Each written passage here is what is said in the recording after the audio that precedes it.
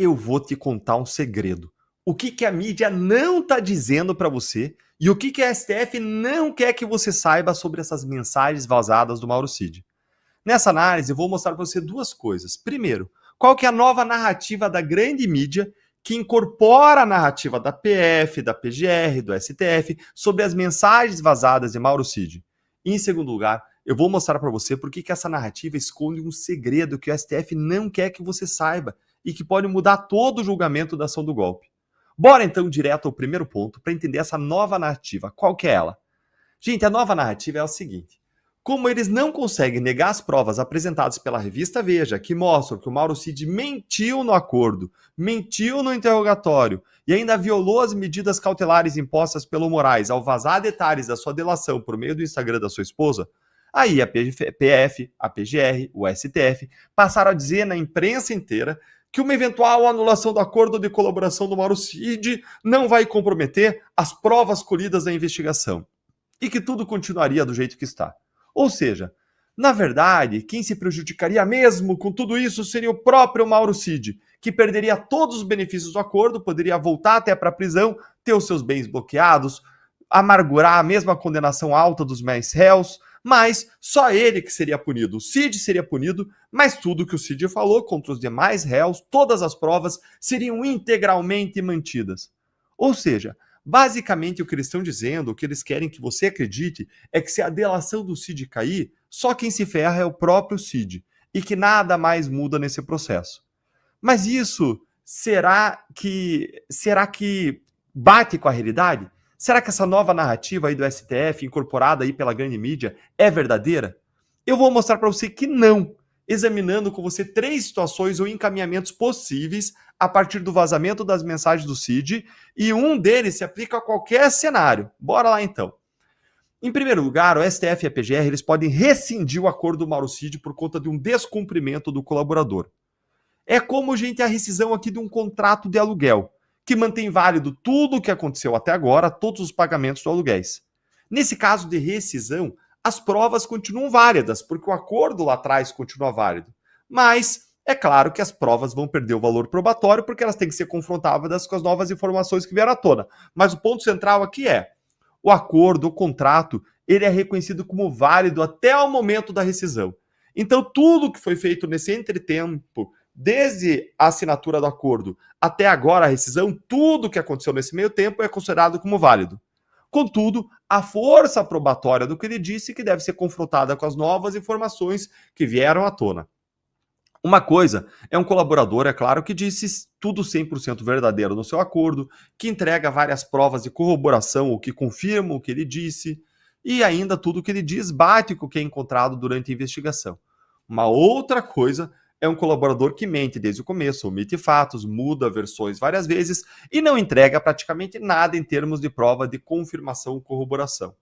Bora lembrar aqui da fala do ministro Fux, de que as 9 delações do Cid equivalem a nenhuma delação, referindo-se à constante mudança de versões dele, ou seja, essas provas continuam válidas, mas elas diminuem o valor, perdem o valor para provar, para tentar provar a culpa dos réus, para tentar provar os crimes, elas perdem o seu valor para tentar provar a culpa das pessoas delatadas. Vamos agora para o segundo ponto, segunda possibilidade. Tem um segundo cenário, um segundo caminho possível, que é o acordo ser anulado. Então não é você rescindir agora, não, é o acordo lá atrás, ele ser anulado por um vício de origem, que no caso seria a ausência da voluntariedade no acordo de colaboração por parte do Mauro Cid. E a voluntariedade, ao assinar um acordo, é um requisito legal do acordo. Nesse caso, veja, o problema não está num descumprimento posterior dos termos do acordo, do que foi ajustado. Não. Agora a gente está falando de um problema lá da origem. É o contrato de colaboração em si que não para em pé, porque a pessoa não fez o contrato de livre e espontânea vontade. Caso o acordo tenha sido feito como indicam as mensagens, que não foi de livre e espontânea vontade, mas sim debaixo de pressão, de coação, de chantagem, de tortura, isso coloca então em questão o acordo lá na sua origem. Aí as mensagens que vieram à tona, tanto o áudio que veio à tona, como aquelas mensagens todas do Instagram, estão indicando isso. Mas esse Supremo, gente, vamos ser francos, vamos ser pé no chão, esse Supremo não vai reconhecer isso. Isso dependeria aí de uma outra composição do Supremo e uma outra conjuntura política. Mas se isso acontecer, então o acordo lá atrás ele vai ser anulado por um vício de vontade, por uma coação, que é uma ilegalidade, uma atividade ilícita do Estado. E aí não só o acordo é anulado, como também todas as provas decorrentes do acordo são anuladas, por conta de uma regra do direito que a gente chama de frutos da árvore envenenada. Quando uma determinada ação ilícita do Estado é a origem de uma investigação, de um processo, de uma ação, aí todos os procedimentos e ações decorrentes daquela atividade ilícita se tornam contaminados ou envenenados. Então, gente, nesse caso, nesse cenário, a anulação da delação do CID lá de trás, do acordo em si por falta de voluntariedade, anula tudo. Todos os depoimentos, todas as buscas e apreensões recorrentes, todas as quebras de sigilo, tudo. É uma bomba atômica aí. E bora agora ver a terceira situação possível. Mas vocês entenderam a diferença entre as duas, né? Primeira situação que eu expliquei para vocês, rescisão do acordo. O que, que acontece? O acordo é válido, mas você rescinde por causa de descumprimento dos seus termos. Aí todas as provas permanecem válidas e o que pode variar é a força da prova diante das novas informações que vieram à tona. Agora eu falei de uma segunda situação, eu acabei de falar para vocês. É a situação em que não é uma rescisão, mas é uma anulação do próprio acordo lá atrás por falta de voluntariedade. Nesse caso, cai o acordo e cai tudo que é decorrente.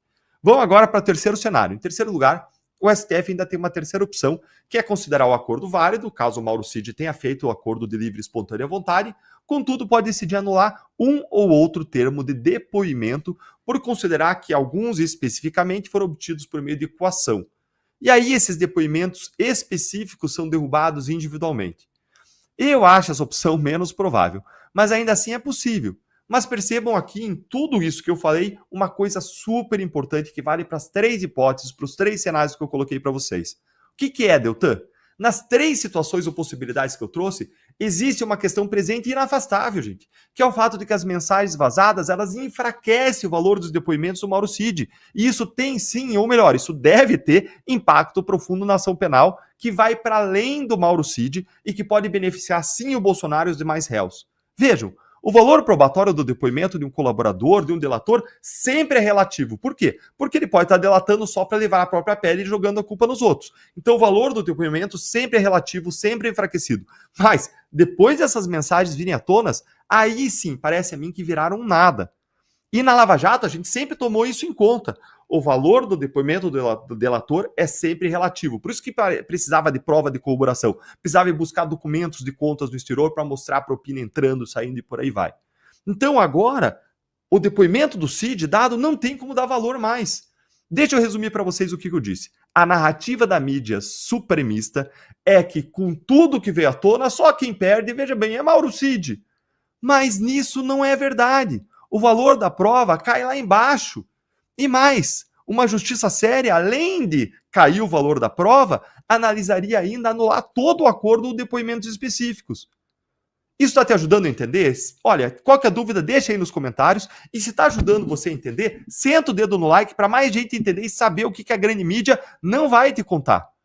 E agora, todas essas possibilidades que o STF não quer que você saiba, que a grande mídia não está divulgando e que você só vai encontrar em jornais como a Gazeta do Povo, dependem, como sempre, de uma conjuntura política favorável.